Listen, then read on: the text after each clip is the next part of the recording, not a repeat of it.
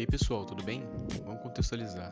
Esse vídeo aqui é para falar da nossa pesquisa de um ano, passando de forma rápida por tudo que vimos sobre o nosso tema do eixo 2020. Esse ano nós optamos pelo tema games e violência. Por que será que as pessoas discriminam tanto os games? Será que eles são responsáveis mesmo pela violência que dizem que eles geram? Bom, meu nome é Gabriel e eu jogo desde muito novo e entendo um pouco a influência que os games têm na vida das pessoas e os sentimentos que eles podem gerar. Também confesso que enquanto jogo, às vezes aquilo que deveria ser um momento de diversão e relaxamento acaba me deixando muito irritado. Seja porque eu morro diversas vezes seguidas, ou porque ninguém do meu time fica no objetivo e eu jogando no suporte tenho que matar os adversários, me curar, mandar meus clones para dar dano e continuar no objetivo. Mas não é isso que eu vim falar. O principal adversário dos games atualmente é a mídia, que através da desinformação da massa espalha ideias sem fundamentação nenhuma, o que acaba gerando um preconceito, ou melhor, um pré-conceito em cima dos games. Bom, desde sempre os humanos buscam uma forma de se divertir e se distrair. Assim foram criados os brinquedos e as brincadeiras. Com o tempo e a tecnologia, foram criados os videogames que, como eu disse, têm sofrido um pouco recentemente porque alegam que eles influenciam as crianças a serem violentas e cometerem esses crimes que você vê na televisão. Um famoso caso foram os PC Games, onde responsabilizaram uma criança em um jogo pelo assassinato de uma família. Se você quer entender melhor o caso, você pode ver esse vídeo aqui. São essas ações inconsequentes da mídia que acabam manchando o nome de uma pessoa e de toda uma cultura, dizendo que os games tornam as pessoas violentas. Certo, então você me pergunta, Gabriel, existe algum estudo que comprova que os games não tornam as pessoas violentas? Eu lhe respondo, meu caro, sim, nós temos um estudo que busca comprovar que os games não influenciam as pessoas a serem violentas, mas é uma pesquisa de um grupo pouco conhecido, uma tal de Oxford. Isso mesmo, aquela que falam junto com Harvard e Stanford. Brincadeiras à parte, mas nessa pesquisa eles examinaram os efeitos que os jogos geram no comportamento de pessoas com idades que variam de 12 a 15 anos e concluíram que não há ligação entre os games violentos e agressões físicas na vida real. Mas eu, particularmente, entendo que os games podem influenciar em comportamentos violentos em qualquer um, mas principalmente naqueles que têm uma predisposição a serem violentos ou naqueles que possuem algum problema psicológico. Mas agora, falando de uma influência comprovada dos games, por diversos médicos e psiquiátricas, é o vício nos games. Temos relatos de pessoas que chegaram a jogar cerca de 55 horas ininterruptas, fazendo suas necessidades em frente ao console. Esse é um dos casos passado pelo psicólogo Cristiano Nabuco de Abreu, que é coordenador de dependência tecnológica do Programa Integrado dos Transtornos do Impulso, do Instituto de Psiquiatria do Hospital das Clínicas de São Paulo. Mas a ênfase é sempre em casos como o de Columbine ou mesmo de Suzano no Brasil, pois existem pessoas que, em sua ignorância no assunto, acusam os games como responsáveis por esses casos, como por exemplo o vice-presidente da República Hamilton Mourão e o ex-presidente dos Estados Unidos Donald Trump, que com sua influência geram esse preconceito com os games. Você novamente me pergunta, mas Gabriel, são só os games que sofrem esse preconceito? Atualmente sim, mas isso é um contexto histórico. Os games são a nova mídia e por isso são tão criticados. Mas em relação a esse preconceito, ele já acontecia desde Sócrates, quando a escrita era a nova mídia. Ele se opunha a registrar seus pensamentos, pois alegava que isso tornaria as pessoas preguiçosas e que elas já não necessitariam mais exercitar a memória.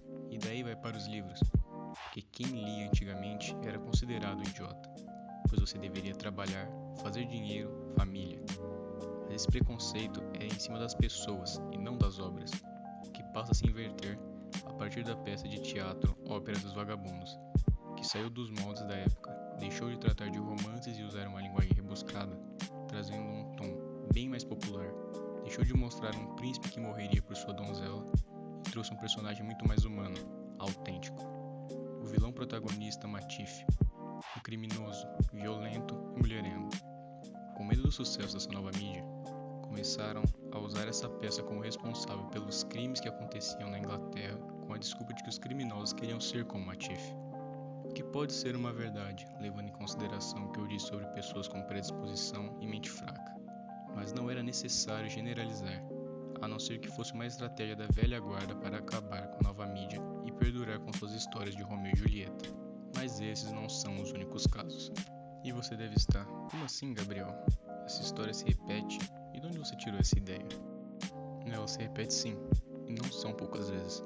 Nós temos o rock, que foi injustiçado na época que estava começando, principalmente por uma religião conhecida aí, que dizia que eram as músicas do diabo, sendo que às vezes não tinha nem como defender, porque aquela era a proposta do som, como nos casos do Iron Maiden ou do Black Sabbath. Mas também existiam bandas com outras propostas, como Guns N' Roses, Pink Floyd e Queen, que eram criticados pela sociedade/população por quererem corromper a mente dos jovens e os tornarem rebeldes. Mas quem dizia isso era a mesma pessoa que ouvia jazz e blues, com letras que falavam de beber, encher a cara mesmo, e bater na esposa quando chegasse em casa. Mas por que isso acontece? Na verdade, é bem simples. Uma vez vi uma imagem com uma frase que explica perfeitamente esse preconceito, não só o midiático, mas todos no geral. O preconceito/ódio vem da combinação da ignorância e do medo de tudo que é novo e diferente, e a partir disso é gerado o preconceito. A frase era: o ódio racional, afinal, não passa de uma ignorância destilada pelo medo. E é isso, além de que tudo que é novo fica velho e sempre vai ter algo novo pra gente odiar. E aí você vem e me fala: calma, Gabriel, explica melhor esse negócio aí que você disse no fim. Tudo que é novo fica velho e sempre tem algo novo pra gente odiar?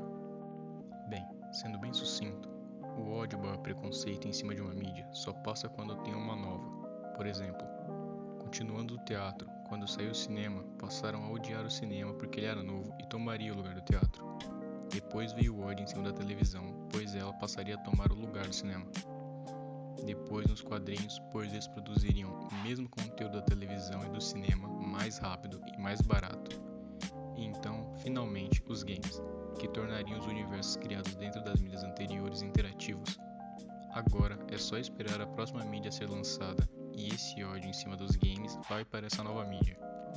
Bom, agora que já explicamos todo esse lado que as pessoas têm uma visão ruim dos games, vamos mostrar algumas coisas interessantes dos games. Lembra quando sua mãe falava para você conciliar os jogos com os estudos? Então, temos muitos jogos que são recomendados por professores, como por exemplo o Europa Universalis, que diversos professores dos Estados Unidos apontam como sendo um ótimo jogo para estudar história. Além de que nele o jogador controlará aspectos econômicos, políticos e militares de importantes nações. Também temos o Space Game, que é um jogo criado pelos pesquisadores da Unesp que vai te ensinar alguns conceitos de física de partículas e que tem como objetivo final preparar Marte para ser colonizado pelos humanos. E por fim, um dos queridinhos de todo mundo, seja se você quer uma aventura ou mesmo esbanjar sua criatividade no sandbox, temos o conhecidíssimo Minecraft, que nesse ano de 2020 foi usado pela rede SESI devido ao vírus que anda circulando, para estimular o envolvimento e aprendizagem dos alunos nesse período de ensino à distância, onde os alunos criariam o seu mundo em relação aos efeitos da pandemia e para isso teriam que ter autonomia, pesquisar e se inteirar do que está acontecendo no cenário atual. Bom pessoal, de forma resumida, esse foi o vídeo do nosso produto final. Espero que vocês tenham absorvido qualquer informação que seja e que caso você tivesse maus olhos sobre os games, nós tenhamos mudado a sua visão.